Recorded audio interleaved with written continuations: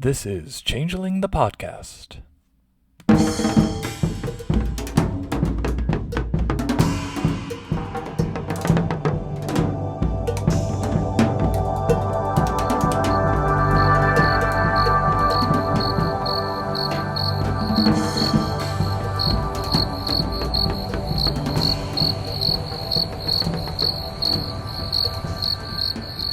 Welcome to Changeling the podcast, where every hobgoblin is just a friend you haven't manipulated yet. I'm your host Pooka, and I am joined by host Fetch. Greetings, Fetch. Pleasure to be here. Today I am the dusk to your dawn. Oh, hey. I used to say that when it comes to sleep schedules, my main thing was that I don't like to be awake at dawn. I don't like seeing the sun rise. So I need to either be asleep before that happens or awake after it happens. And in my old age, that has just completely fallen apart, and I hate it. For the best, I can't imagine not enjoying a good sunrise. I've gotten better about it. What you're really telling me is that you're going to be good for this book, but then during the dawn book, you're just going to be destroyed. I mean, essentially, yes. It's my one lean into vampirism. Sympathetic links. Yeah. But anyway, yes, today we're focused on Dusk as we open up Dancers in the Dusk. And I know Grim Fears was technically the first one that was post-limited run, the first batch of books. But I felt like this one felt more like a proper book, because the last one was just kind of a stack of antagonists, you know? And reading through it, I felt like it was actively pushing the boundaries of the game out in a way that Grim Fears didn't do. Maybe even more than a lot of the other books did, kind of opening new dimensions for play that were, I don't know, you could integrate them from the start if you were a new player. So it felt more like a proper one. I would say the same about Grim Fears in that it pushes the boundaries on what you might expect from antagonists. But Sure, at the yeah. same time, yes, Dancers in the Dusk is going to add not just examples, but whole chapters dedicated to unique new concepts. So perhaps it captures the idea better than Autumn Nightmares or Grim Fears do. Yeah, and whole systems too. So it builds on previous systems.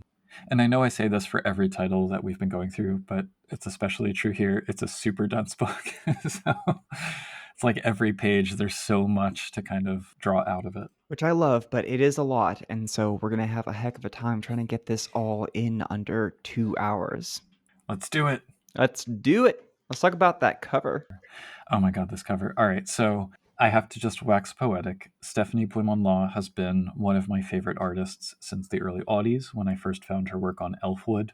And for anyone who doesn't remember Elfwood, it was basically deviant art for fantasy, especially sort of fae-inflected stuff. And when I was first getting into tarot, a friend of mine, wise in the ways of tarot, said that my first deck should be one that really spoke to me. And then a few weeks later, Stephanie Law announced that she was making hers. And I said, well, I'm waiting for that one. And then it took her 6.5 years to make. So I didn't have my first tarot for a while, but it was worth it. I met her at, I think it was FairyCon 2008. And she signed a print for me. And it's been hanging on my wall ever since. I have one of her pieces as my phone screen wallpaper. She's just utterly one of my favorite artists.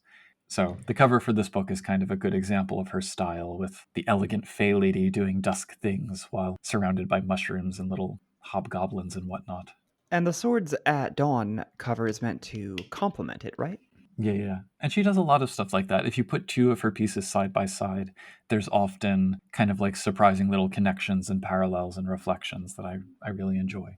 But also watching her work, at FairyCon, she was actively working on something, and she's just so delicate with how she does her watercolors and her drawings. So yeah, can't praise her enough. Well, let's talk about the back matter then, shall we? So yeah, the back cover, the blurb tells us that this book includes new tools and scenarios to go delving into dream, from dreamscapes to the dreaded incubi.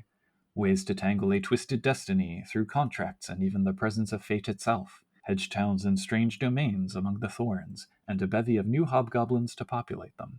New entitlements, the Dusk Court, and more. This book gave me strong Dreams and Nightmares vibes in a Changeling the Dreaming parallel. Because this is really, we've seen bits of here's some realms in Arcadia, here's some corners of the hedge, here are assorted hobgoblins. But the way they treat the hedge in this book really makes it feel like an entire, complete, self-contained world for the first time.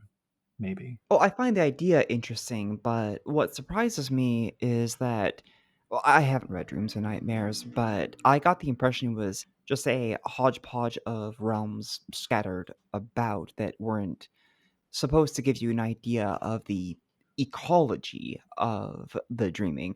Is it more than that?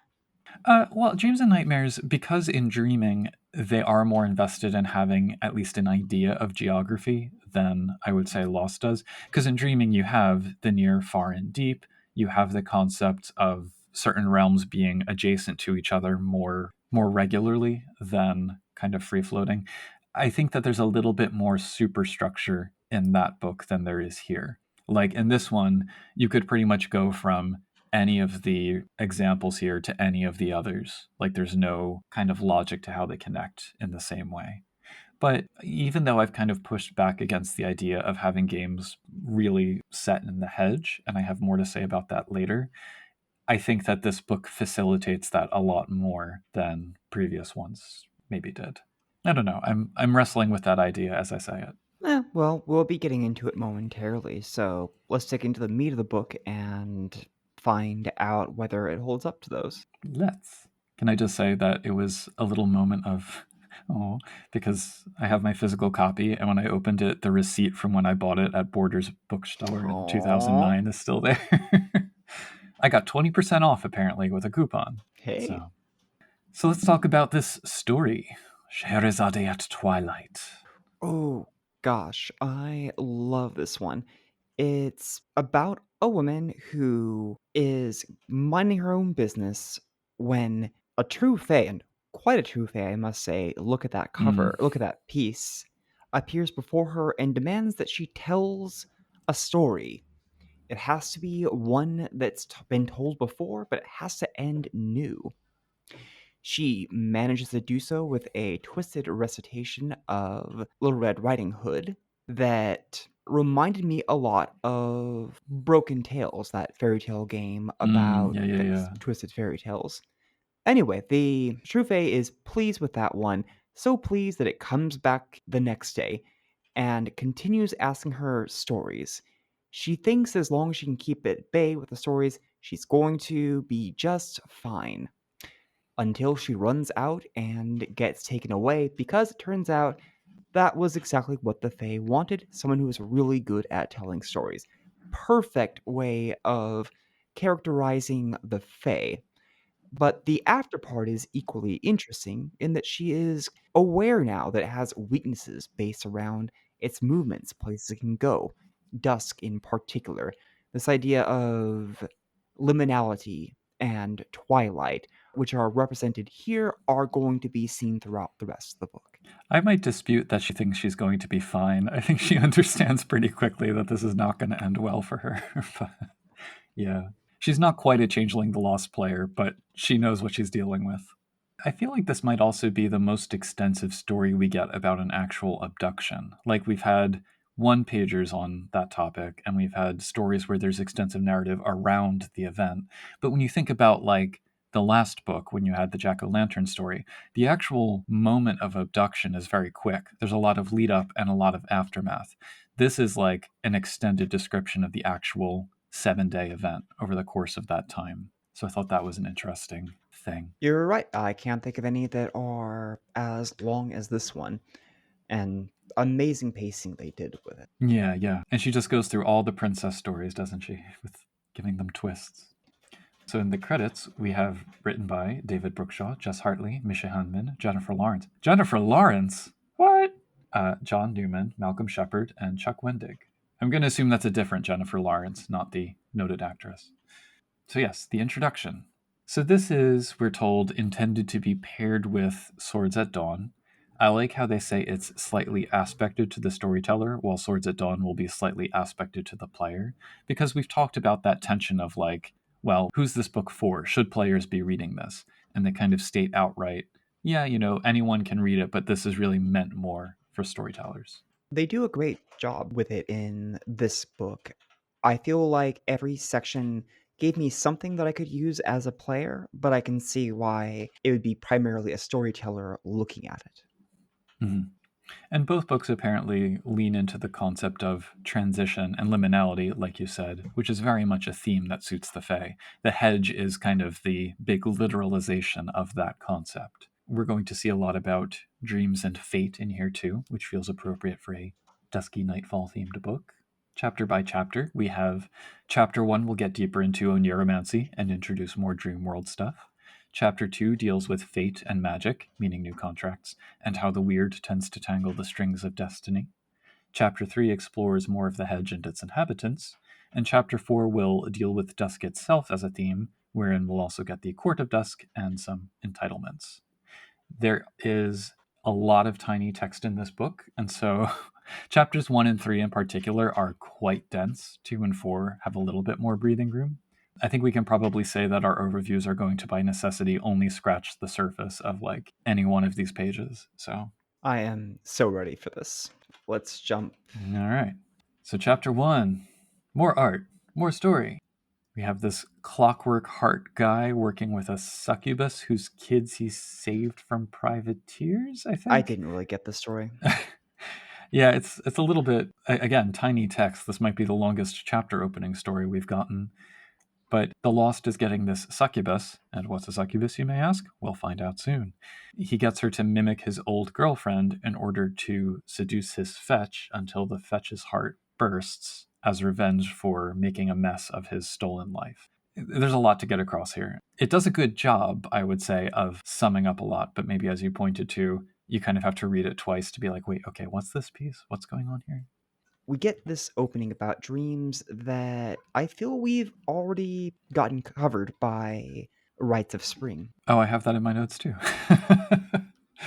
Yeah, as much as I'm excited to get like into things like meaningful archetypes and narrative portents and whatnot, the Rites of Spring Oneiromancy section is kind of the thing to measure against here, I would say. Like that chunk of that book, I think we said, or at least I said, that it was one of my favorites in the entire line because it enriched the concept of Oneiromancy so much. So that's a lot to live up to.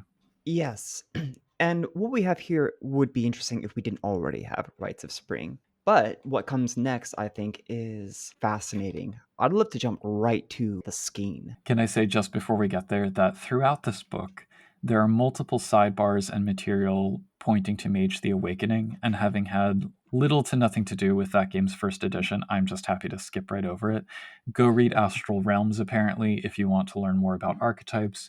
Go read about whichever of the orders is associated with Arcadia. I'm just going to forge right ahead because I'm not here for that. There's going to be one entry towards the end that Mage fans are going to be dying to hear about, and I cannot wait to bring it up. Okay, that one, yes. That one I'll accept, if it's the same one I'm thinking of. But anyways, yes, the skein, which is really just kind of sounds like the dreaming with the serial numbers filed off. Or maybe more properly, it's the part of the dreaming that the hedge and Arcadia as concepts haven't yet covered. It is the interconnected web of individuals' dreams, which they are careful to specify does not coalesce into like realms and things. That's the hedge. That's Arcadia. We'll see that later. And in second edition, we'll get this replaced with the idea of the dreaming roads, but that's going to be a topic for another day. I just love the idea that you can hop out of one person's dream, riff off of a vibe, and then use that to pop into someone else's. What a beautiful concept and a great way to get around having to make an oath with every person whose dreams you want to visit. Yeah, that was kind of a big sticking point in Oneiromancy as we've seen it thus far. It's like, yeah, but I want to go into other people's dreams. I really like the line they have here where they say, there are trends, rules, and connections, but not a stable overarching geography. So navigating it really, you do go along paths that are thematically rooted or based on sympathetic links between the dreamers rather than any kind of like physical proximity or whatever. And you pass through these dream gates between them, which is a nice visual. Yes, you could, for example, let's say that a friend of one of your characters has unfortunately fallen to an addiction, and that addiction is being managed by the head of a local gang. Well, you may not be able to go up to the head of that gang and say, "Hey, can I hop into your dream so I can look around?" But you can make a deal with your friend and say, "Hey, can I hop into your dreams?" Then you do so, and then you look through the connection of addiction to money, and you use that to find a path towards the bikers' dreams. If it's like a gang of bikers, maybe you find a motorcycle that resembles the one that gang leader used, and you drive that straight into his dream. Before setting out, you can also conduct a divination called an oneiroscope to determine your route, or else find a guide, or for the callous changeling, just dreamscape a gate to appear in the dream that you're going from. However, this tends to create nightmares for the dreamer. And a key difference here is that you can't just wake up or leave as you might with your own dreams, your fetch's dreams, or dreams for someone you've made a pledge with. You have to actually get yourself back to a point that you can exit. So that's an interesting wrinkle. I do love that if you ask for a guide, you're going to encounter, that means going up against a truly fantastical number of potential entities, including maybe a god. Some of whom we'll see in the back half of this chapter. Oh, I'm so excited. I like some of the other sort of side notes in here. So they point out things like celebrities can create interference in finding a path because so many people just randomly dream about them. They say that skywalking is a rarefied skill that makes some fae uneasy because it can be intrusive and similar to what the gentry do with their dream poison. But then also they say the first mortal dream voyage that a lost takes is one of the most uplifting experiences in their life, which it's a really beautiful passage where they describe it. So all of that setting fluff, I mean, this opening chunk of the chapter is really wonderful. I'd even say I might prefer it to the more mechanical bits that follow. I loved it as well. I want to add a couple notes to what you've said there already.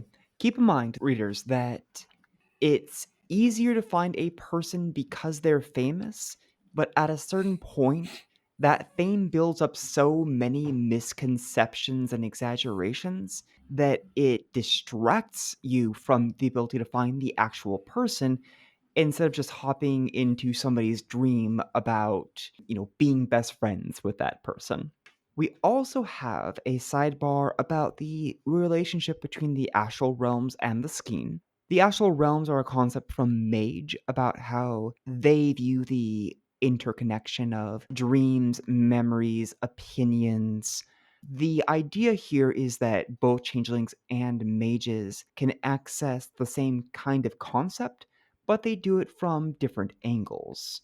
And if you want to see it from another one's angle, you need to hop along on a ride with them. This is fascinating because it keeps the setting weird. I'm just going to defer to you on all the mage stuff, to be honest. Because I'm like, yeah, okay, fine. Astral Realms, great. But it is helpful, I would say, to review all of the Oniromancy stuff in the core book and or Rites of Spring, because a lot of the new material provided here is kind of derived from things like dream combat, dreamscaping. I don't think we need to go into the mechanical details, but there are many. And so it's helpful to have that basis before reading it. Yes, there were plenty here that I've forgotten. I've reread stuff about this several times by this point. Yay. So we get a few buckets of new material in this book, beginning with the hypnagogic constellation. This is a new categorization scheme for dreams whose symbolism is derived from astrology, each of which has extensive specific mechanics relevant to its theme. So I'm not going to get into those, but just to kind of give a quick summary of what these are. So we have Lilith dreams, which are dreams of mystery that often involve prophecy or the supernatural. Luna dreams, the dreams of secret memory, which are always highly accurate and can even get through any supernatural alterations of memory. So if someone's memory has been messed with, these dreams might let you cut through to the truth. Mars dreams are bloody dreams of violence, in which every failure is a dramatic one, and I loved that little bit. Mercury dreams, the dreams of swift knowledge, where you can learn skills quickly. Jupiter dreams are dreams of justice that speak to a dreamer's superego and sort of higher self, whereas Saturn dreams are dreams of ambition and the id that highlight the worst impulses instead. Venus dreams are dreams of the bedchamber, which are exactly as sexy as you'd imagine. And Pluto dreams, which are the final dream of death, where the pale brother, who we'll talk about soon, always appears. They're easy enough to enter, you just have to die. I don't know that I found this classification scheme more useful than what we've gotten before. Like, the difference between prophetic dreams and virtue dreams and those. But I like how invested they are in the narrative structure for each. So rather than focusing on symbolism and atmosphere, as we've seen with some of the previous classifications, like those are still in here too, but here they really go into the narratives. Like most of these, maybe all of these, have kind of like a point by point breakdown or outline of the kinds of stories that unfold within there. Mechanically, the primary thing they do is complicate how oneiromancy works within them. So I'd say you could use this. It might be difficult to use it alongside, like, here's a dream of greed or a dream of gluttony, or here's a recurring nightmare, and kind of like combining all of the mechanics at once. But it provides an alternative if you're more invested in the narratives that unfold. I don't know. Do you have a preference? I could have done without this section. The divisions don't add much for me beyond what we already had in Rites of Spring or even the core book. Yeah. The Venus section has a piece of art that I don't think they needed to make the woman kissing the frog look that horny, but okay, this is the same Yeah. artist who did the one about the person trying to escape in the thorns from a horrible monster and made that one horny as well. It is beautiful artwork. I just don't know why they're using that angle for, I would say for these, but I get it for Venus. The Yeah. only other thing I have to say is that the final dream is the one that's actually interesting. That feels like really new material for people to dig into. It's mysterious because nobody can survive seeing it to the end. Maybe your player group could be the ones. It's intriguing because the Pale Brother, which we'll talk about, shows up, and when else will you meet a Morphean?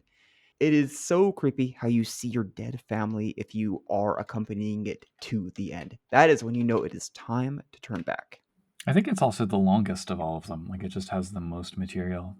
And I imagine this would be a really good story element to include if, for example, you are ending a chronicle or transitioning it into, I don't know, Geist or whatever. Like, this is how you get from a changeling story to some kind of ghostly or underworld story, is through this gate. So yeah, I agree that's probably the most interesting one. Others can be useful. I mean, the Mercury dreams are useful for like spend fewer experience points on learning an ability, but yeah. Mars has one thing I liked, and that was the picture of the person trying to pick up the axe. Surreal, Uh, beautifully done. yeah. Next up are the incubi, which aren't a distinct entity necessarily, but this is kind of a catch-all label among the lost for any being that has intruded into a dreamscape without the permission granted by a pledge. And I have to say, Grim Fears lulled me into a false sense of security, because I do think there are passages of this book that have that old issue of saying the same thing multiple times with different words. And the kind of origins page for the incubi, I was like, you're just telling me the same thing over and over and over again. So I feel the definition of incubi is so broad as to be useless. yeah, and like some of the entities in here, we get the hobgoblins in chapter 3, and it's like, well, these are pretty much interchangeable. Like, why couldn't any of these be in this part, vice versa? Anyway. What I do like here is that there are antagonists that are not changelings or true fae or hobgoblins, but rather other things entirely, like more unique fae entities. I wish there were more of them, frankly. It is similar to the diversity of antagonists that we saw in the last book, or, well, no, I guess Autumn Nightmares, it was all changelings, true fae, and hobgoblins, so it is kind of nice to see a couple alternatives here. Format-wise, each write-up has stats for Dream Combat and Onyaromaki, along with any special abilities, and a sidebar titled Horn and Ivory with secrets and suggestions. So we've got like a baker's dozen here. So I've got some one-liners. Are you ready for some one-liners? One interjection, we get confirmation that animals can dream. Yes. Go for Oh, it. yeah. And we start with one that is, in fact, an example of that kind of. We have the cat, the totality of all dreams of cats, who behaves exactly as you'd imagine an uber cat would. There are the dream guardians, which are the better parts of a dreamer's psyche, defending the one who dreams them. Goblin miners, who are external creatures that burrow into dreams in order to harvest dream stones with iron axes. And these are basically permanent willpower dots. The kindly stranger is a sentient play that draws together groups of dreamers in order to have them reenact the plot and murder each other. Night hags are the traditional folkloric sleep paralysis-inducing sapping types, and they drain willpower and glamour. Sandmen resemble lost loved ones who show up and demand to be remembered. And I love the note that they might be changelings who escaped Arcadia but couldn't get back through the hedge. It's a nice possibility to explore. Shame riders rewrite memory dreams in order to stoke guilt and feed from it. Succubi seduce dreamers to drain willpower and glamour, kind of like a night hag, and they sometimes reproduce to make cambions, mortal-ish children with their own powers of true sight and dream visitation. We also then get 3 more that are separated from the main bulk, and I'm not clear why, maybe because they're not like sentient fey creatures, but we have the Nemides, who symbolize memory within a dream, reciting a dream's details incessantly. Some have been known to wander from dream to dream, collecting the details of many dreamers' visions. Supernumeraries, who are just the background characters of a dream. And Virgilius, a random mage who's lost in the skein and has lost his mind as a result. My thoughts, real quick down the list. Cat is yet another cat that can steal breath. This is 3 that we've had in 2 books. Yay! Fine. I never get tired of it.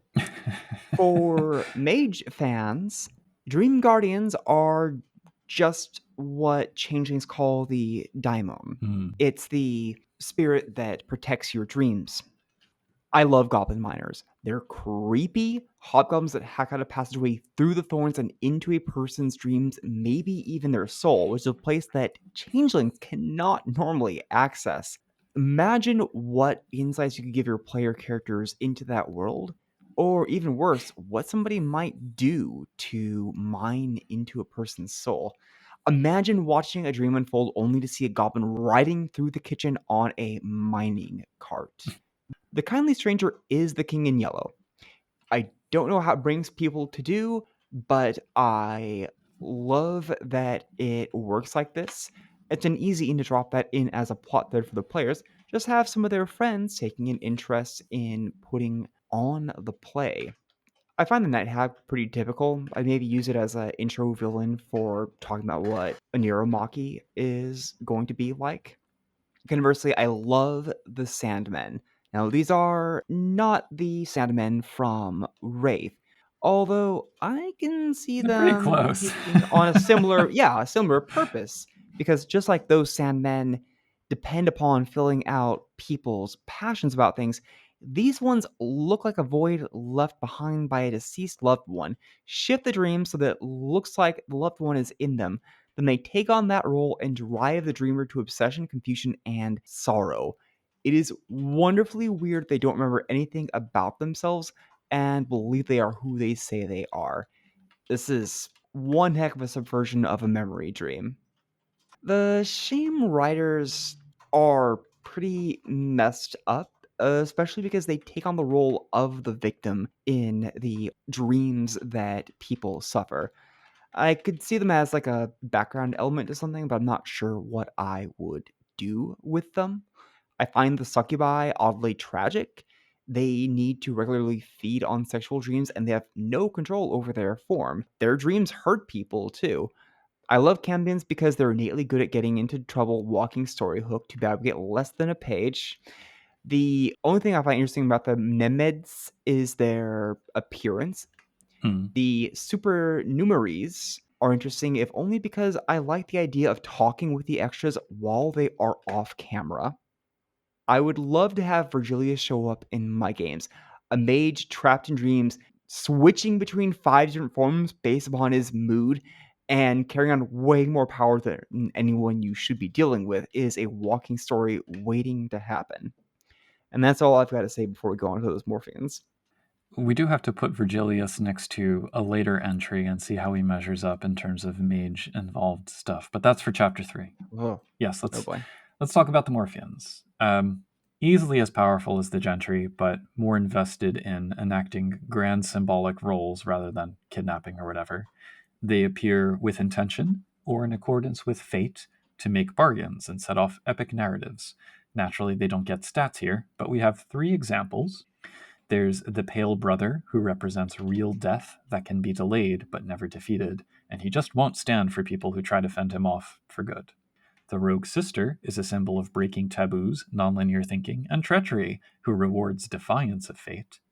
And the Ruinous Prince is, in mage terms, the Lord of Arcane Fate, who inspires others to greatness so that they can then be cast down.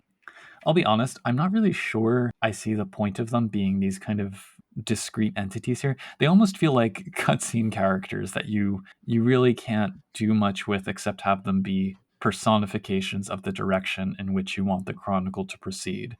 A little bit like plot ex machina.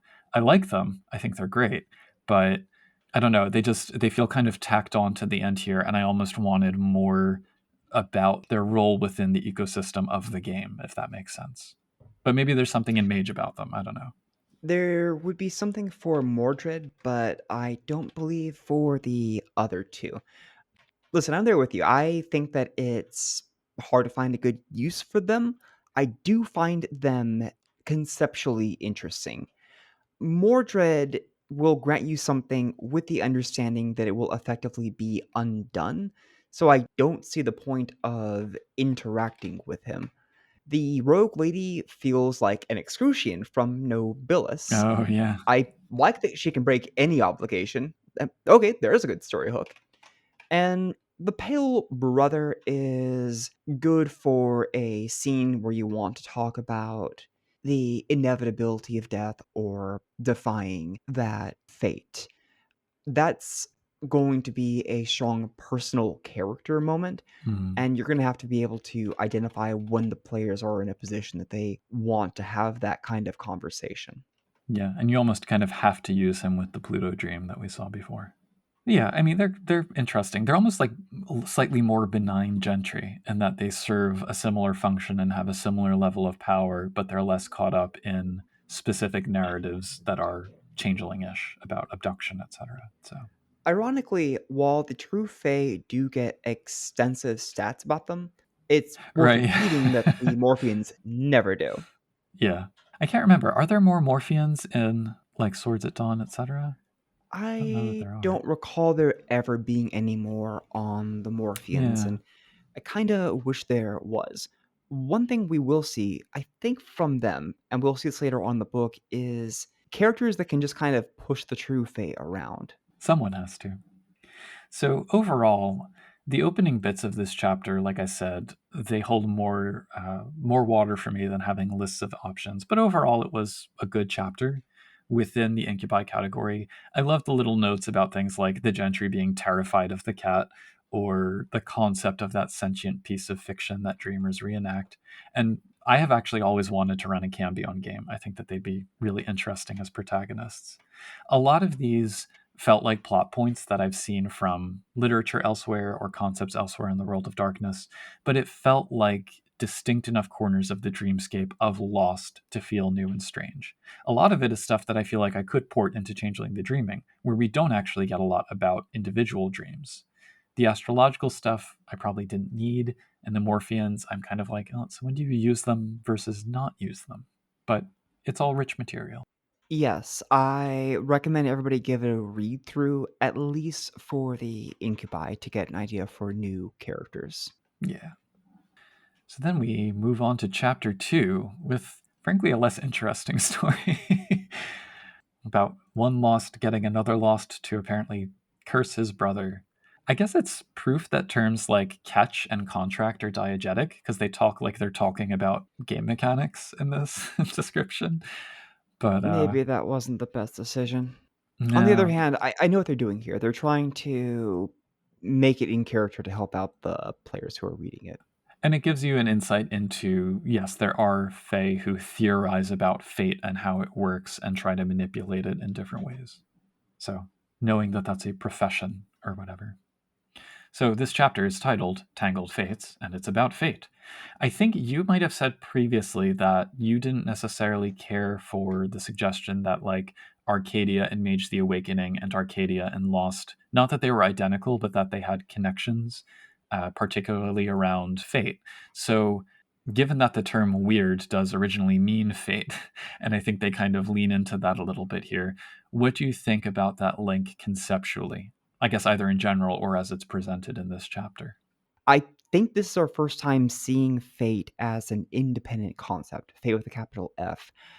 I thought fate was just weird doing double duty prior to this book. The idea that they're the same thing is the second explanation being offered, and it's the one that I would personally go with. I don't see the need for a separate section on fate. Just call it weird and say sometimes fate is like weird. That said, whether you call it fate or weird, I like the complication that it brings. Fate hates unfinished business, which to me just means more plot hooks. Fate likes patterns, which gives me structure to tell stories in the game. And I love the idea that changelings can play into these rules. I might even play around with the idea that fate is inevitable. But I don't see a need to separate the two for the purposes of a changeling's perspective. Yeah, I think I agree. I mean, what I liked about the way that they linked fate and weird is the suggestion that fate is actually the oath that gentry have sworn to the weird in order to exercise greater control of their own destinies. So it gives the idea that like weird might just kind of be change itself, or I don't want to go so far as to call it entropy, although that word does come up later in the book. But fate is where attempts to control what will unfold manifest or something. It is very wiggly and theoretical. But yeah, I do like that better than it being a separate force. And I don't know that any of what they describe here is necessarily Fey exclusive. Like you talk about the perspective of the lost. Like I could see humans believing any of this too, or any other supernatural. The useful sidebar here, though, I would say, is that they talk about fate, not predestination, and that in the context of a role playing game, storytellers should not use fate as an excuse to railroad their players. So, a lot of the material in this chapter and the systems that they draw out of it, that's kind of, I would say, what it's directed towards helping storytellers manifest the concept of fate without having that effect, ideally. I've done that a few times in my own games. I keep the idea of recurring and inevitable events in the background as a mood or theme for the games, but I'm careful to never tell the players that they can't do anything about a situation. Sensible. And they kind of outline that. So the next bit that we get is 4 different options for kind of mechanizing that conceit. I would almost say it over mechanizes it though, because I like it better as this metagame thing that you apply to the whole story rather than, okay, now we're going to use this mechanic to illustrate this aspect of fate. And the ones that you get, all of which give environmental bonuses or penalties related to character choices, are the link, which just gets 2 or more people to run into each other, the motif, which highlights objects, moments, or scenes that fit the chronicle's theme, the persona, which is creating roles that characters fulfill or resist, and there's a new little social flaw embedded in there if you have a monstrous persona, and the prophetic path, which lays out a 3-step process for enacting or puncturing prophecies. So I think it's fine to have these as options and maybe offer players little benefits for playing into the themes and narratives of the chronicle. But I would worry about by like including all of these and laying it all out, players would start thinking about ticking boxes and turning their choices into like min-max opportunities rather than just organically role-playing through these stories, especially if you start penalizing choices that might be innovative in the moment but go against the chronicle's faded grain, if you know what I mean. And it's difficult to be consistent about that as a storyteller too. So like I personally would probably avoid most of these. The prophetic path I could see using, but otherwise Ironically, I feel the opposite. I didn't get any enjoyment out of the prophetic path. I don't think that separating fate into 4 tools was useful, but here's what I can say about the other 3. I already just used the concept of links, though if a player wanted to directly manipulate these for a bonus, I would say more power to them. That's a cool angle for a player to take. Motif, I didn't care for. It just sounds like a more reified version of a theme. We already know about right. themes. They're at the front of the core book. Yep. At least with personas, I find they're fun for driving home a point, and I love that you can use them in a pledge. Yeah, I mean, none of them are like bad. I just, to borrow your phrase earlier, I don't think they add anything to the way that I would run a game necessarily. So then we get the Moire, creatures of the hedge who serve or think they serve fate. None of them appear to be hobgoblins or any kind of definable fey creature, but we get 4 total. There are the Crimson Weavers, inspired by Chinese myth, apparently, that create fate links between people. The Fallen Stars, which are sentient token rocks that grant wishes, i.e., prophetic paths. And if I read their glamour mechanics correctly, they can do 5 wishes total before they burn out. Nemeses, who punish those who stand against fate. They are implacable and just keep coming until they've done the justice they feel they need to do. And Pattern Eaters, spider-like beings who devour destinies, not always to one's benefit. So among these, I think the Nemeses make for a good foe, given how there are notes about how you can redirect them if you're tricksy. And while the Pattern Eaters are kind of meh in and of themselves, the follow-up quest about like finding a new destiny once they've eaten your old one, that can be a good arc. You can have some similar fun with the Crimson Weavers if they tie together 2 people that really do not want to be together. Then it becomes your character's problem to deal with it, either because you're one of the ones who got tied, or because you're a changeling and you're the only one who understands what has happened. Yeah. I also just like the Fallen Stars for having these like talking wish rocks. But anyway. It's so sad that they understand that granting wishes will kill them, but they cannot resist the urge. Yeah. After that, we get Dusk Magic. There are some expanded notes on Lost Style Kenning, a more elaborate system than in Changeling the Dreaming, and then 2 sets of contracts. All right, so first, there are the Goblin Contracts of the Weird, which have the usual steep drawbacks and dramatic failures, but they allow you to, in order, fake another court's mantle, intimidate others, get better at sensing the supernatural, perceive all contracts within 10 feet, and nullify another contract.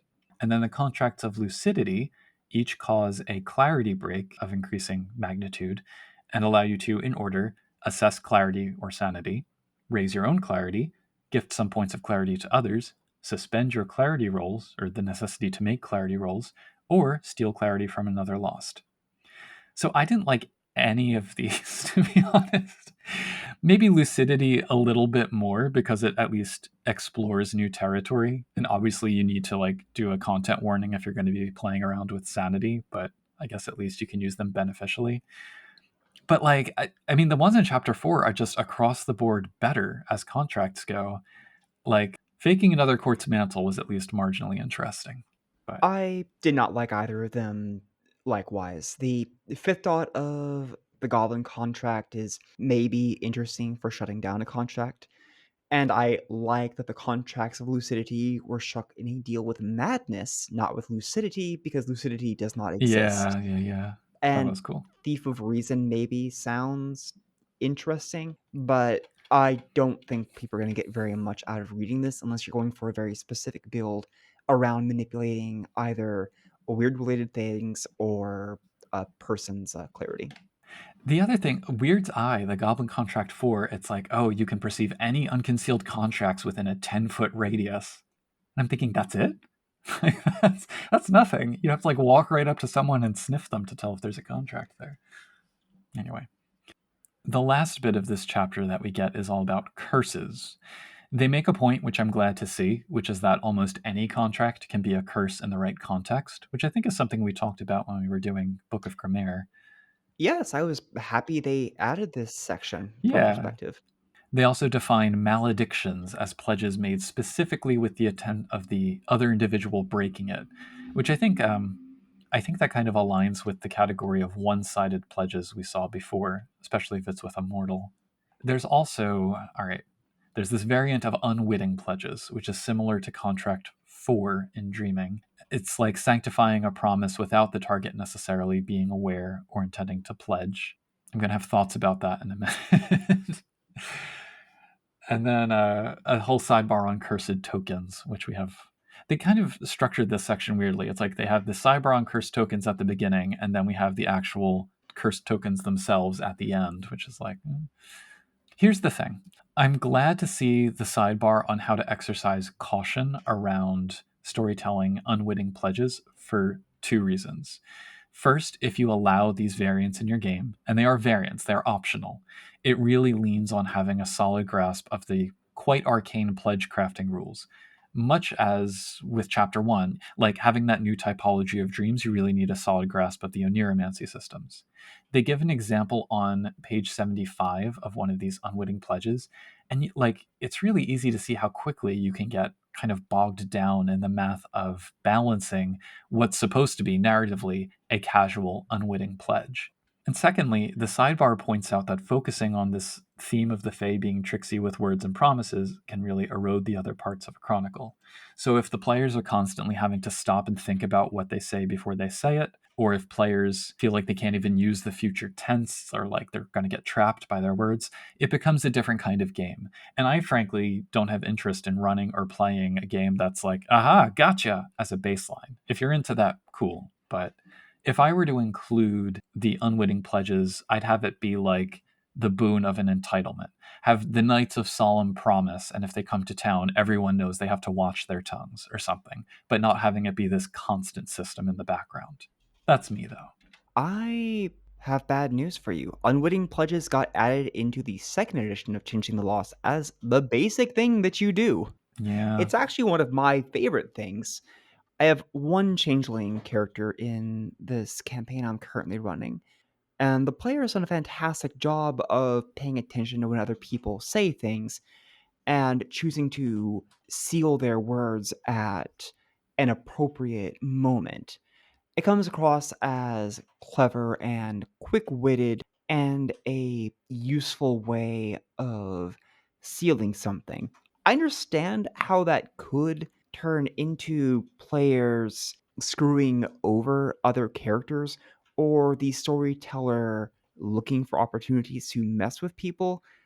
I think those people need to have a conversation with each other to make sure that they are doing things to ensure everyone has a fun time. But Yeah. at least conceptually, I think the unwitting pledges are interesting. They are, but like what you're pointing to, I think you're fortunate if your game has not devolved into that. And I dislike systems that privilege really certain players. If you have a facility for that kind of verbal gymnastics, then you're going to immediately get ahead of everybody else. And I don't like systems baked into the setting that facilitate that, personally. But I think it can also add to the vibe of the setting where changelings are concerned about their words, and that's a good thing. But I understand where the concern comes from. yeah, choose your players carefully also. That's the other piece. But can we both agree that the picture on page 73 is one of the best in the book? I can't tell if you're being sarcastic, but I'm being half serious. I'm getting the message of what they're doing, but it looks like the person has just been screwed over by the devil, and the person's going, "Come on, man!" I think that this might be the pictorial representation of the quote on page 77, where someone's saying, "I would never lie to you. Come on, this is me you're talking about. I'm Johnny D." So, Okay. speaking of which, yeah, we do get a few examples of the unwitting pledges here. We have the Oath of Ceaseless Striving, which commits one to finish a piece of work they've casually said they'll do. The Impossible Quest, which literalizes the phrase, or die trying. The Undesired Prohibition, which binds a target to their statement of, I would never. And the Careless Threat, that commits someone to the statement of intention, like, I'm going to kill you. Because that's the thing. Like, I would rather have people use hyperbole than not when they're talking. But and then we close out with this random section about trophies, which are just tokens that curse others. But when you use them, the creator becomes aware of their usage, so take note. I found it surprisingly short. The chapter or the section? No, the part about the trophies. Yeah, I mean, there weren't any actual discrete examples, just kind of, yeah, here's a stack of options for building your own. Which actually, I don't mind, but a few examples might have been okay. So overall, this chapter felt like a little more of a mishmash than the first. Ultimately, I think they're probably trying to make narrative and trope too much a systemized function of fate, but the concept behind some of the ideas is fine. Prophetic paths, I accept that you didn't care for them, but I think having some kind of structure for storytellers who need or want one in order to introduce prophecies into the game is it can be useful. I do think, though, that much of the material here, I would have taken more storyteller advice and player advice, frankly, on how to navigate being subject to a destiny, unexpected or otherwise. And I would have taken that at the expense of, frankly, some lackluster goblin contracts and a bunch of systems that might remove player agency. So I was meh about this overall. By contrast, I got quite a bit out of the idea of the unwitting pledges and the pledge curses. But for the rest of it, yeah, I guess we learned what True Thomas is doing in Changeling the Lost. Yeah. So when I first opened up chapter 3, I said, what in the sweet glob is happening in this picture? Holy crikes. And then I went to the next page and I said, what in the sweet glob is happening in this story? It's This story was terrifying. maybe we should leave it as content warning, amputation, and just kind of, it's good for the body horror crowd for sure. An ogre gets his leg replaced by a pair of hobgoblins. Clearly, he did not quite sign up for this. That's pretty much the extent of it. Let's find out how the player characters can avoid or get caught in that same situation. Yeah. So, chapter 3, Shadows Cast by Thorns. As I alluded to, this is sort of the other side of the dreaming business in this book. This is what I thought of as Dreams and Nightmares for Lost, expanding further on the locations and inhabitants of the hedge without really getting into the Arcadian realms that we've seen previously. It still feels like a step back from setting games on Earth regardless, but this will be a series of 3 buckets. The first is a walkthrough of hub cultures within the hedge, although it's kind of used as a broad term here.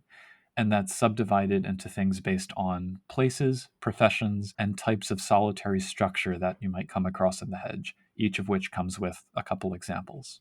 Then there are mysterious places with unique metaphysical rules, a few story hooks, and at least one inhabitant given with more detail, including a stat block. And last are just assorted hobgoblins with stat blocks who I suppose turn up wherever. Again, given the length and density of this section and the fact that basically every entry has at least one bespoke mechanic, I've got one-liners and quick descriptions and a few favorites to call out, if we're good to kind of surf through these. Indeed, we are. Go for it. So we start with Gatherings in the Thorns, subdivided into thorn towns and hedge settlements, further subdivided into first fortresses. And I mean, the buckets here are pretty self-explanatory. Fortresses are fortresses. Settlements are settlements. But the fortresses include the Fire Station, a Spartan barracks for a group of no-nonsense bridge burners with token torches who scorch the earth, and the Marchland Needles, a set of madness-inducing towers that guard the boundary between the hedge and Arcadia. Thorn towns are inhabited by changelings and hobgoblins alike. They include Malcadence's Den, a swampland of iniquity populated mostly by the foulest sort of transient fae, the Pinnace of Popum, a beached ship inspired by the Puritan colony of the same name and inhabited by similarly moralistic hobgoblins where you can restore clarity, and White Rope, a perfectly charming little town whose citizens hate and readily murder changelings. Outposts are smaller settlements on the edge of the known hedge, whatever that means, such as the Caliginous Trods, a series of relatively safe hidden paths with entrances concealed in ruined buildings, and Whiskey Tango Foxtrot, a lighthouse far from the ocean inhabited by 5 militia changelings and are slowly devolving into paranoid hallucinations.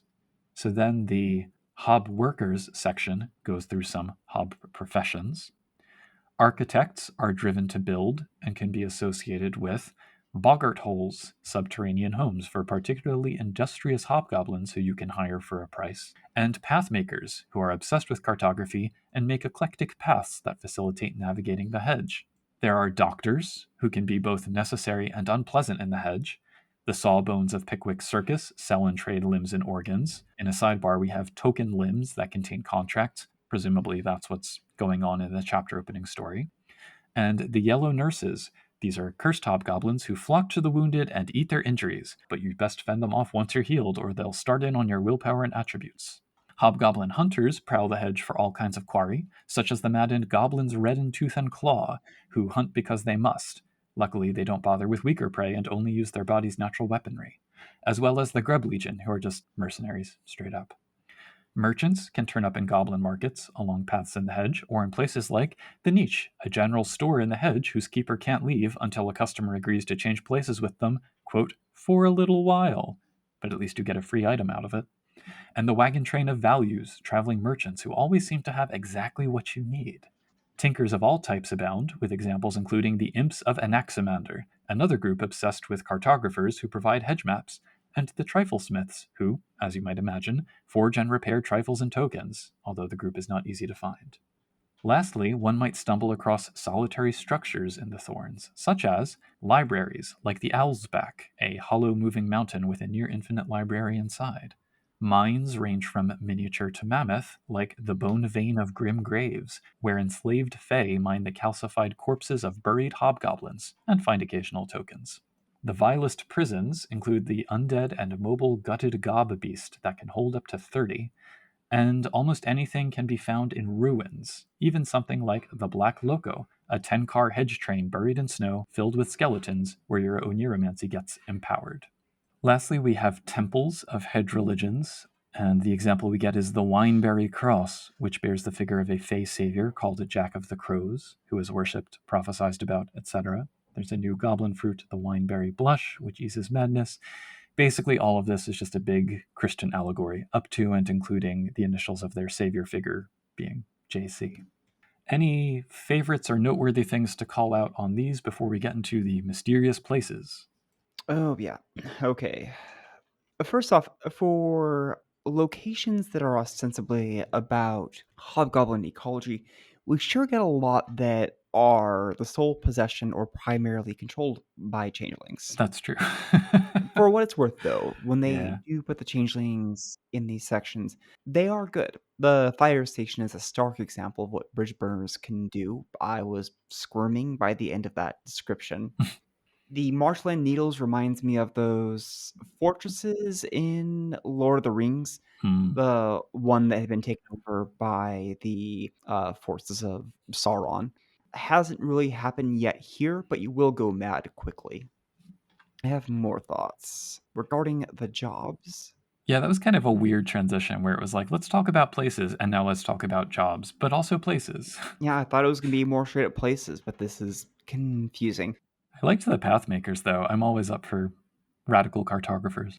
It seems like a fool's errand, but I appreciate the hustle on that. Yeah. The Grub Legion struck my fancy because they're literally obsessed with money, and they're the only people like that in the entirety of the hedge. I like the wagon of values. I'd have that show up to help out PCs if they were in a desperate situation. I could swear we've had something like the Bone Vein before. Yeah, it was a realm of one of the true Fae, either in Equinox Road or Autumn Nightmares. And I have hashtag goals next to the idea of revitalizing a train that you then take through the hedge. I did like that one. It was kind of like Snowpiercer vibes. So then next up we get mysterious places, which you'd think the ones we just went through were also mysterious places, but these are apparently settings with their own rules. And we got 4 of them. There's the Blasted Beach, a scrubby shoreline with a petrified giant magpie-headed keeper statue who, when it was slain, scattered myriad treasures like a piñata around the sand, and it just feels so good to dig for riches there. The resident greedy gob hobgoblins are exactly what they sound like, treasure hunters. The Lupinar is a disarmingly bland-looking building that is actually a time-warping brothel for all and sundry. Instead of paying in coin, you swap traits around. There are stats for goblin whores who exude curious musk, and an unfailingly polite mantis-headed madam. At the end of a spiraling ramp leading up to the top of the hedge, whatever that might mean, you might find the Museum of the Souls Skein, a multimedia display of art with its own curator hob, symbolizing the visitor's own lives and concluding with future glimpses of their destiny that are actually false. And the Puppet's Parquet. It's an elegant hatch that leads down to a curiously infinite series of rooms which entrap and slowly digest their visitors. The parquet is populated by helpful automata called hob puppets, the remnants of its victims who attempt to keep new prey inside. Yee. So I'm still a little bit perplexed by the structure of this chapter and how they separated things. Like, I don't know why these were in a different format with the previous section. Maybe it was a different brief for this author. I don't know. but I quite liked the blasted beach in the museum. Any favorites for you? I did love the magpie statue because, again, of the pinata thing going on. This would be instantly intriguing to any group of players for any number of reasons. The statues, the people wandering around, the treasure you can dig up, all of that is amazing. We already had a fairy brothel in a previous book, so I don't know why we have a second one here. It does have more detail, though it dehumanizes sex work, and I'm not convinced that was a meditation on exploitation. It may have just been an attempt to gross out the reader, which I do not think is a good angle for them to take. I think you could have a lot of fun making a fairy brothel, though I'd go in a more wholesome direction with it. And the Museum of the Soul Skein would work well for me as an introspective story, especially the curator and his emotionless carry for everything, including being killed in combat. Target's Parlor is for the Vor fans in the audience. It's the one where you get trapped in a place, it seems nice, but then you get digested and join the automata. I think this would be fun to draw players into, and I think the players would go willingly just to see what dangerous thing lurks down there. And then escaping is going to be a fun story in and of itself. Yeah, because it is suggested that this might be like the separated digestive system of a keeper or something. Quite so. But yeah. And then lastly in this chapter, we get the assorted hobgoblins, of which there are many. I think it's like 20, something, 22. Each of them has the usual backstory, description, stat block. Most or maybe all of them have at least a few contracts, and fey aspects, the cool powers. So again, I've got one-liners. I'm ready to dive through these. Are you ready for me to just deep breaths? I think you're going to have me give my comments on the back of whatever you say, because otherwise they're going to get left in the dust. Hit me. Well, I've got 4 favorites that I'm going to name at the end, and I'm curious to hear what favorites you have, and then you can talk about why they're favorites. Okay. Bowl your way through it, and I'm just going to sit back and relax for a moment. All right. So we have Ambrosia, Lady of Delights, a sexy satyr hob posing as a keeper until she can become one. The Animaculates, clockwork cyborg animals who prowl the hedge. Billy Birch, basically Treebeard, an ancient wise elder birch tree, but there's a sudden font shift in his write-up. He's a powerful ancient fairy creature. You should not question him. He's so powerful that he can change the font of his own write-up. The black haw, carnivorous hawthorn trees that feed via flocks of ravens attached to their branches. The boscage, predatory hedge elementals or green men that disguise themselves as false paths through the hedge. Burr-cadgers, pitiful and irritating animate pieces of the hedge that, I was proud of this pun, beg, sorrow, and heal. Huh. The butcher branch, a multi-limbed giant toad-like hobgoblin chef who sometimes kills and cooks his critics.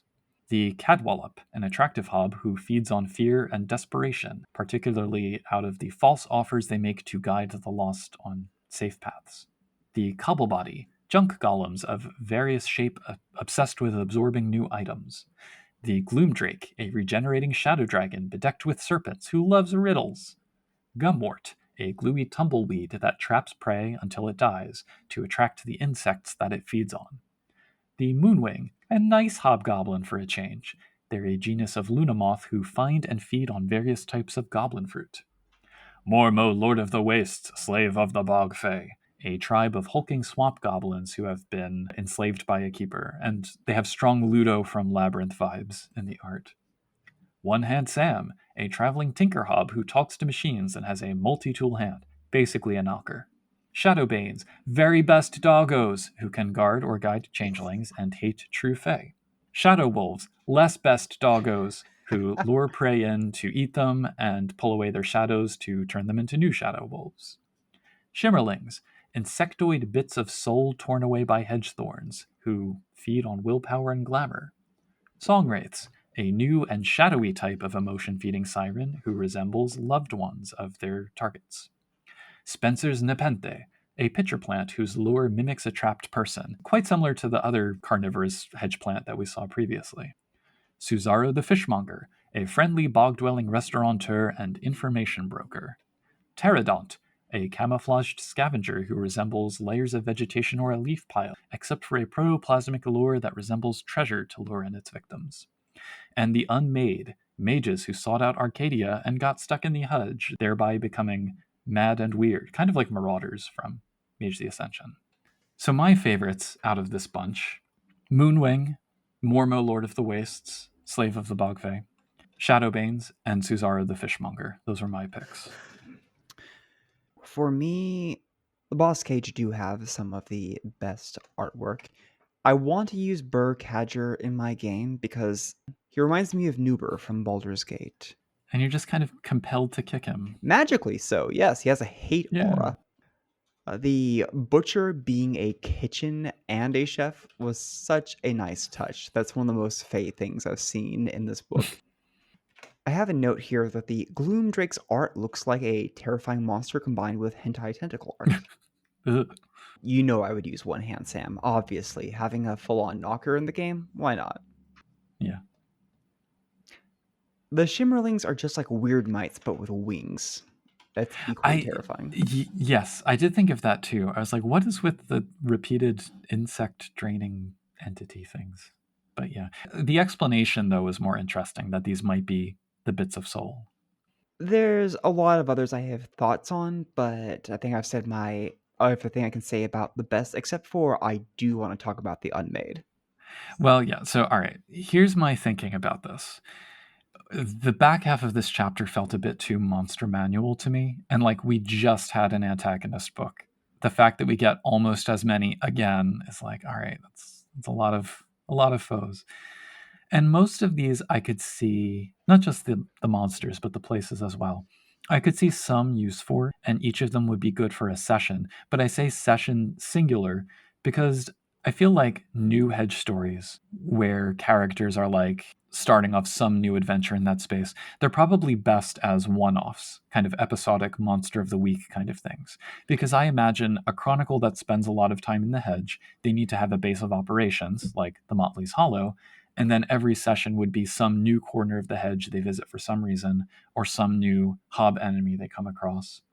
I've noted before that I tend not to like that kind of story because they do feel more D&D than I want, and they get away from earth and human themes. So the examples here, they're all fun and flavorful, but the ones I'm drawn to actually using are the ones that I can see sustaining for a longer, more interesting story. So like Malcadence's Den, staying there amongst the scum and villainy, or dealing with the religion around the Wineberry Cross, that has more potential to me than like the cursed general store of the niche or the mansion-shaped digestive system of the puppet's parquet.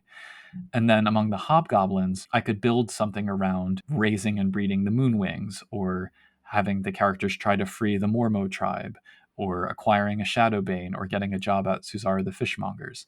By contrast, there's only so much I can do with yet another carnivorous plant. So, yeah. But then with the Unmade, if you have other chapter thoughts, please include them. But I do want to hear your thoughts about the Unmade, because this was the one entry where I was like, all right, maybe I'm okay with mage crossover in this context. My other thought about this is that everything we have through here makes for an excellent bestiary. Many of my notes on these things were, this is fine, it seems like it could be an interesting one-off encounter, and it certainly does go towards the diverse biohazards of the hedge. So, Okay. good job, but don't expect every one of these to be more than serviceable, and being serviceable isn't a bad thing. Now, the really interesting part. The Unmade answer the question, what happens when the Awakened find Arcadia? The answer is they have a bad time, being unable to make deals with anything here, and finding their magic is ineffective. They quickly grow desperate.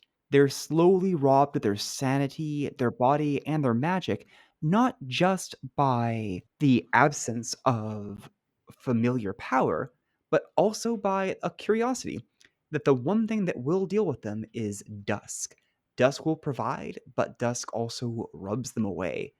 By the time Dusk gives them freedom from Arcadia, these mages are now near mindless beings.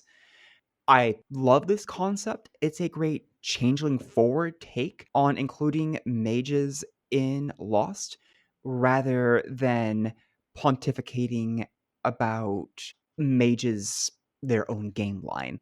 The unmade are useful in a Changing the Lost game. They work as a fantastic example of a terrible fate that can befall mages. And you could even include that in a mage game to emphasize that you do not want to go here. This is not where you're going to find your answers. Certainly the highlight of the section. What do you think? Yeah, I think if you're going to have any Changeling Mage crossover, like, that is what you should do, is have an investigation into the nature of the Unmade and their role, and can they be saved and restored or not? And there's a sidebar where it says, is this every mage's destiny if they go for Arcadia? Maybe, maybe not. So there is a lot there. And when I'm pointing to entries in this, as you say, bestiary that could sustain a story, like that obviously is a big one. So yeah. It's just not my first choice for a game. Yeah. That's chapter 3. And then we've got one more. So chapter 4, we've got this gruff sentry named Crassus waiting for a fated hedge incursion. He's like standing on the porch, looking across the street, waiting for the things from beyond to break through. It's fine, I guess. I wasn't sure what it was about. Thank you for letting me know. I'm mostly relying on the art to kind of fill in the gaps here. I've also noticed that whichever the artist is who does these chapter openings, they really like having their changelings just kind of bushy with leaves. Like every exposed surface just has like leaves. It's a signature style of this artist. You'll see him a lot. But yes, Yeah. I think the same thing. It looks like somebody's covered everybody in frost and icicles. Yeah. So we're told that this chapter leans into the theme of the dusk and darkening times, and indeed the header for the opening says, storytelling in the oncoming night.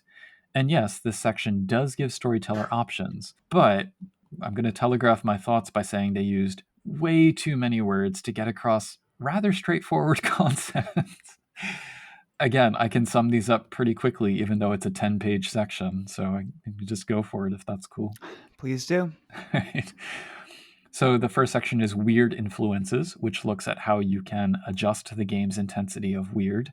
Absolute Power Corrupts, the subsection, states that ratcheting it up quickens the risk of the Fae kind of dissolving at Weird 10, while Feast or Famine says that reducing the amount of weird in the game, creating a glamour poor game, creates low levels of magic and engenders desperate measures among the lost. Parallel to what you would see in Changeling the Dreaming if you increased or decreased the amount of glamour. Then Pledges, Promises, and Other Pretty Words examines how pledges can be adjusted, with the note, as I was alluding to earlier, that bringing in unwitting pledges can press heavily on the setting. The Loopholes and Escape Clauses subsection suggests that limiting or removing pledges can destabilize lost society because they set so much store in those agreements, and it kind of explores different ways that that can happen. And then Hedge Games talks about the balance between fairy and human, or the hedge and earth in a game. Pushing back the thorns with a lesser or destroyed hedge creates scarcity, similar to like an interregnum game in Changeling the Dreaming. If you don't have access to that space as much, what does that do to the kinds of stories you can tell? And then Throw Wide the Gates increases the amount of hedge incursion, which can yield more moments of risk, but also moments of valor, as changelings find themselves more often having to protect their friends and loved ones from hobgoblins or even keepers. And it's interesting that in that case, changelings are kind of considered a lower class in the hedge, like they're actually less important as fey entities compared with these hobgoblins drunk on power. And then there's a final light in the darkness passage that gives the sensible advice of let your players have agency, give opportunities for lightness, pay attention to your players' reactions. All of which seems like pretty basic advice, like dusk theme notwithstanding. I didn't really think it was. I didn't think it needed to be 10 pages, but I don't know. Did you have any other pieces from this that sung to you? My notes are I don't think you need to make Changeling the Lost darker. I would not use any of these systems for most of my games. I would maybe use one if I'd been playing so much CTL that I wanted to shake things up. I did not need this section. Yeah. There's one good sidebar which says that if you do include these kinds of fluctuations in the base mechanics of the settings, have a metagame reason for it. The players don't need to know why it's happening, but the storyteller should. And if you let those changes unfold gradually and noticeably, it creates a mood, and then the players uncovering the explanation for it creates a story arc. So that at least I thought was sensible. But yeah, we have to kind of get through that to get to what we really came for, which is the Dusk Court. They really leaned into the Viking vibe here, didn't they? Like, I kind of forgot how Viking-y it was, but I wasn't expecting it, but look, the important part is that their symbol is two wolves howling at the moon. wolf fish axes. This is a extreme court. Yeah. They get the coolest titles. The Glacial Axe, the Umbral Court, the Court of Dooms. Honestly, I'm sold on it just without even read anything about it. Before we get into it, I'm going to say that my own adaptation of them would be to have them as perky goths, because I think it still works. So just bear that in the back of your mind as we go through this. It's there. So the Dusk Court, they're all about accepting that their fate is sealed, but they're determined to make the most of what time they have. They're more eat, drink, and be merry than kind of stoic and somber fatalists. They tend to recruit the most when freeholds are at their lowest points, from among fae who recognize the inevitability of fate, but they stand up anyway. Their emotion is fatalism, so they favor mortals like paramedics and career criminals who feel like they're constantly beaten down by the world but still keep going. And I love the note that in terms of mantle, they don't actually have a mantle sensory effect of their own, but they dull the effects of other courts. So if you're like standing next to a spring courtier, the spring courtier's mantle will seem more faded and less bright and happy. The Viking thing, it does make sense because weird is a Norse concept.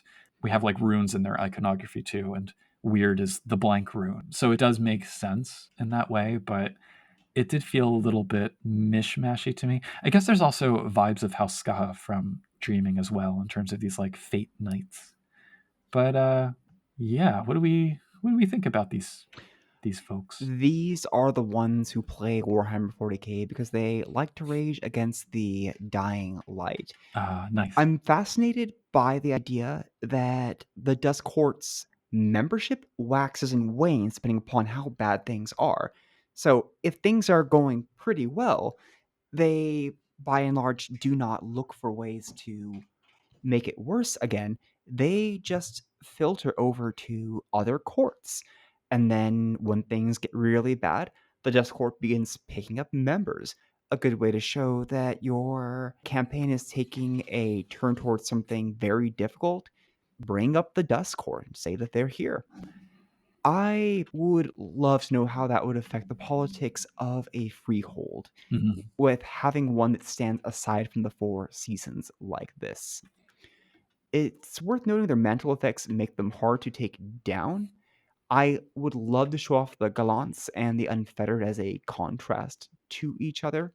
I'm glad the Unfettered exists, but also they aren't all of the court. I thought that was going to be all we got here, that they're like the Night Court from the previous book, where they're evil kind of for evil's sake. But no, the book forges a hard road for them and one that is more nuanced. Let's talk about those contracts. Yeah, all right. Contracts of Entropy. So much more fun than the ones we got in Chapter 2.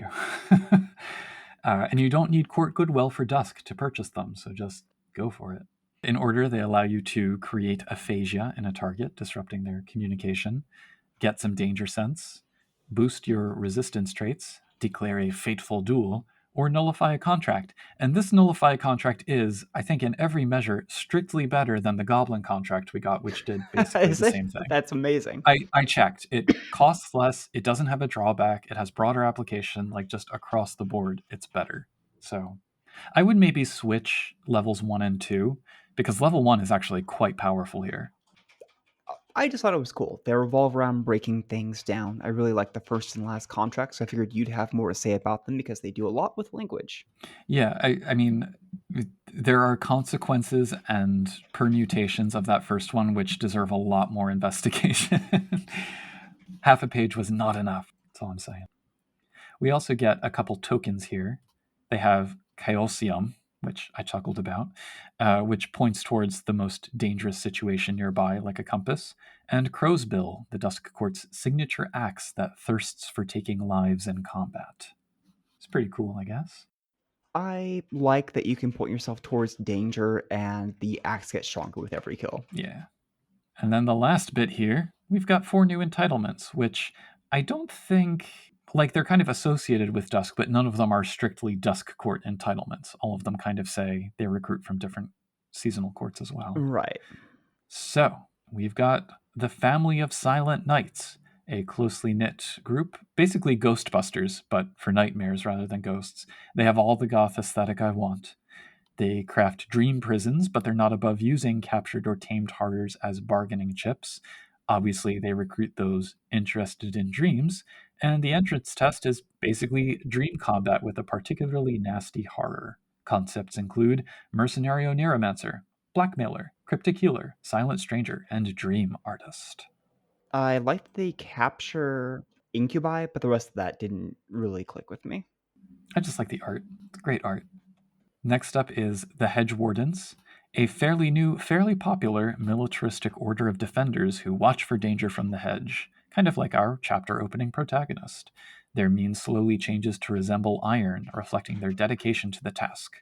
They have a cool privilege of whenever they use their weird to resist an effect or contest a die roll, their effective weird is raised by 1, and obviously they recruit heavily from summer and autumn. Their concepts include grizzled veteran, idealistic young squire, bloodthirsty trophy taker, self-exile from the mortal world, detached hedge gardener, and trod-walking smuggler. I kind of felt like, haven't we already gotten a few entitlements like this, or isn't this just Summer Court as a whole? Yes, the hedge wardens feel like a more interesting Margraves of the Border March. That's the one. Yeah. I was like, this sounds awful familiar. I love the hedge wilts around them and they take on an iron aspect that is unsettling. Third is the Squires of the Broken Bow, who have a martyrdom streak. They're willing to die in order to defend their freeholds. They're close-knit with each other, but come across as a bit too zealous for the other lost. They tend to be driven by revenge, or alternatively, the desire to help others overcome their need for revenge. Their self-sacrificial quality is reflected in their token Broken Blade, a weapon which they can add their weird to their attack, but at the expense of spending some health. Concepts include grieving widow, beat cop with a history, warrior racked with survivor's guilt, ex-organized crime soldier, and victim of freak chance. It seems like they would be a pretty good dusk-based entitlement. They draw a lot from summer and winter as well, but of the 4, this one and the next one feel the duskiest. They get a cool blade, but I do not think there could be nearly as many of them as the book suggests. Yeah, that's true. They're like, well, when there's 7 of them in a freehold, I'm like, hold on. Lastly, we get the Twilight Gleaners, whose iconography made me think at first that they were some kind of changeling beauticians. They are servants of fate who refuse to go against what it dictates. Seems like they would also fit under the category of moire that we saw earlier, the kind of champions of capital F fate. Yeah. Their privilege lets them determine whether a given action is fated to succeed or fail, and they're loosely organized, tend to be pretty solitary, maybe like teacher and student within a freehold. But other changelings respect them for their visions, even if some are like, why can't you just try and change the fate? Concepts include Eminence Grise, Dusk Court Fatalist, Superstitious Fate Worshipper, Obsessive Statistician, which is the best one, Seventh Son, and Dyed-in-the-Wool Romantic. I didn't get much of an impression off these ones, unfortunately. Yeah. And then that's it. I've got some ads here in the hard copy, which I don't think are in the PDF, but it just tells about upcoming books. There's a nice full-page ad for the Swords at Dawn upcoming book. You sound almost disappointed that we finished this in a almost reasonable amount of time. I've still got more to say, but yeah, well, so for this chapter, I found the storyteller advice pretty overblown, but the rest was okay. I am sticking with my Perky Goth Dusk Court because it would be more fun, in my opinion. But, I'd love to play in that game. right? Contracts of Entropy, I'm totally into. I think of the entitlements, the first and last ones are the ones I would be more likely to use, but I'm not terribly likely to use either. It's a pretty brisk chapter by comparison with the others. It's just kind of clunky advice tacked onto trim crunch. It doesn't get as deep into game systems like Oniromancy or Pledges, or give umpteen examples for its stuff. It does what it set out to do and then moves on. Yeah, be nice if more chapters in this line did that. But What did you think about the book as a whole? yeah, so genuinely, some of my favorite stuff in Changeling the Lost is in here. But I was trying to think about what the through line is. And I think it's that each of my favorite things here, they focus the game onto a particular expression of itself. So something like a sentient piece of fiction, or cambions, or prophetic paths, or breeding and trading and stealing subspecies of hedge moth based on the kind of goblin fruit they pollinate. Any game that centers on those would have its own feel that it doesn't necessarily get away from the core of Lost, but takes it in a direction that like other games wouldn't go to by default. And I don't think that's bad because it shows that the game contains a lot of possibility. But to me, more than giving like mechanical options and quirks for every single one of the many, many examples here, the important advice that I want to see for storytellers is addressing, if you go into those variations, how do you keep players engaged? How do you keep the overall core themes in the mix, like beautiful madness or personal horror?